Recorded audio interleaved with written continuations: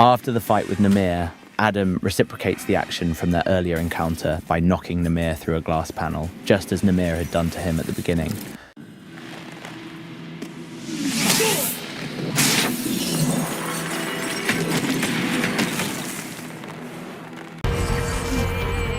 Everyone's fighting for power, for control. Help! Please!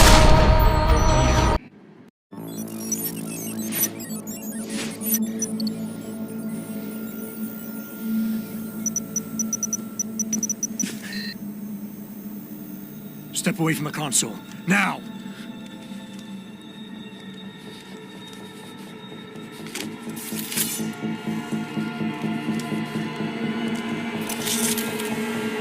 Help me!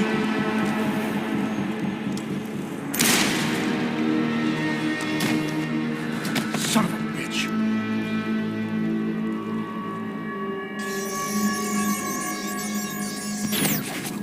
Pritchard, you still there? Where else would I be? Patch me to Seraph, now.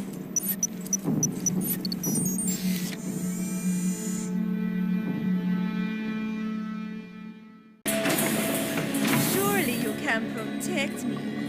Huh. Men never fail to underestimate women. The Augs are recalled. You should be offline. Women never fail to underestimate men. In the early stages of development of Human Revolution, the social battle with boss Zeke Sanders occurred when Jensen still couldn't use his augmentations, when he still had to go to a limb clinic to undergo surgery, when the concept of praxis points didn't even exist yet. That's why the use of the social enhancer Cassie with him wasn't considered. Later on, they realised that with the modifications made, the player would indeed be able to use it.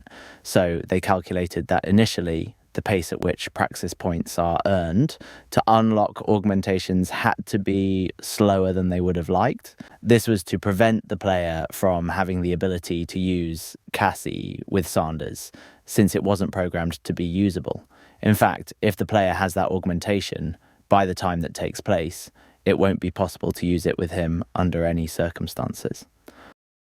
Did you know that the decontamination doors found in certain labs aren't just for maintaining sterile environments? They actually serve a dual purpose. While the in-game rationale is that these doors are meant to shower and sterilize the player, they are also cleverly used as a way to mask loading screens for the next area of the map.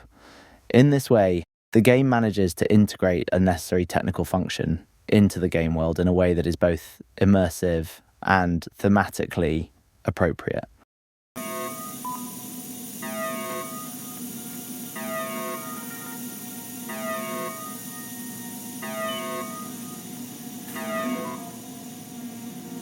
The inspiration for Lazarus, the conspiracy radio host, came from Harlan Griffith, a fictional radio DJ featured in the 2002 film Eight-Legged Freaks. Branded as Freedom Radio, Griffith proclaimed it as the only source for the inside dope on conspiracies, space aliens, and up-to-the-minute reports of when they plan to invade. Some of Griffith's conspiracy rhetoric included disbelief in the validity of the moon landing, doubt as to whether Lee Harvey Oswald actually killed John F. Kennedy, and whether or not a black man's vote in Florida actually counts. They needed to push the conspiracy side of the game, and it just felt unnatural to have some random guy on the street ranting about these conspiracy theories. In the process of creating Lazarus, they studied Alex Jones, an American radio show host and prominent conspiracy theorist. The colour palette used in the game, which gets lost in Mankind Divided and is only slightly recovered in London, is based on the colour black, representing an era full of secrets and manipulative actors working in the shadows, mixed with yellow, symbolising a golden age where augmentations are thriving and prospering.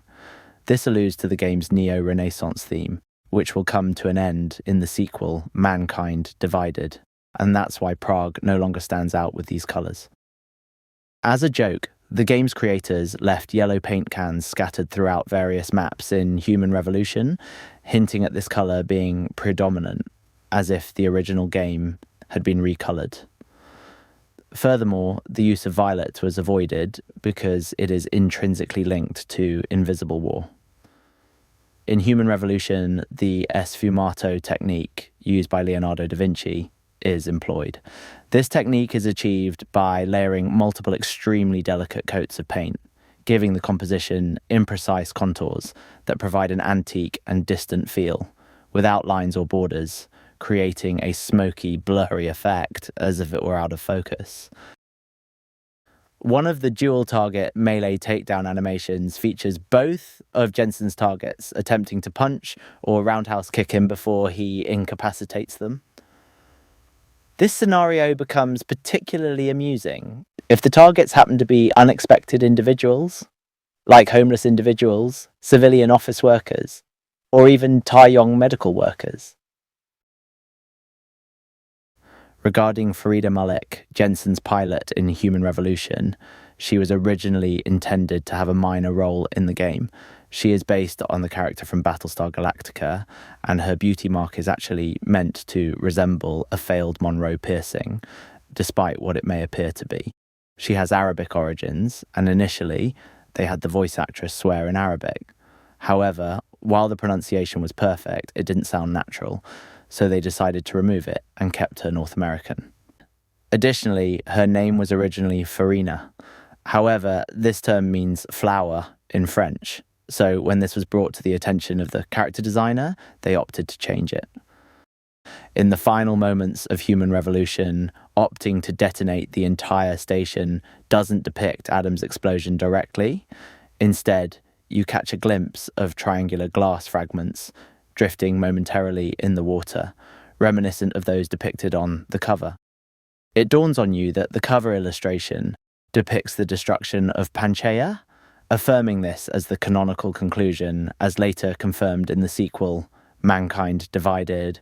Regardless of the player's choice in the original ending, it's presumed that Panchaea met its demise afterward. On August 18th, 2011, Team Fortress 2 introduced the Deus Specs, a promotional cosmetic item inspired by the game Deus Ex: Human Revolution.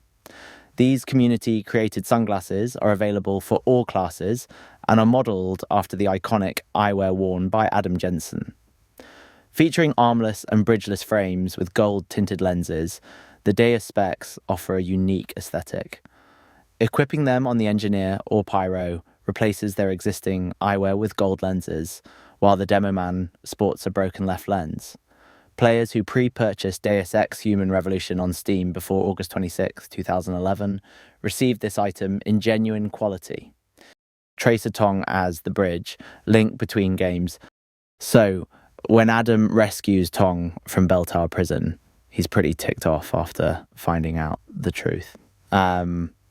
Adam lectures Tong about his actions putting a lot of people in danger and says, sometimes the more power you think you have, the more quickly it slips from your hands. Tong says he'll try to keep that in mind, and he actually does remember it 25 years later when he chats with JC Denton. By pitting the Triads against Bell Tower, you've put the entire population of Lower Hengsha at risk. That may be true. But you are here to rescue me, aren't you? So my plan seems to be working this far. Right. And sometimes the more power you think you have, the more quickly it slips from your grasp. I will try to remember that, American. Are you ready to go now? Switch has been activated. I feel fine, but it's been over 16 hours. See how easily our technologies turn on us? The more power you think you have, the more quickly it slips from your hands. Can you do something about it? Later on, he escapes on a boat named the Tracer in Human Revolution. Tracer Tong is the only character who shows up in the first 3 games of the Deus Ex series, and he helps out each game's main character in their adventures.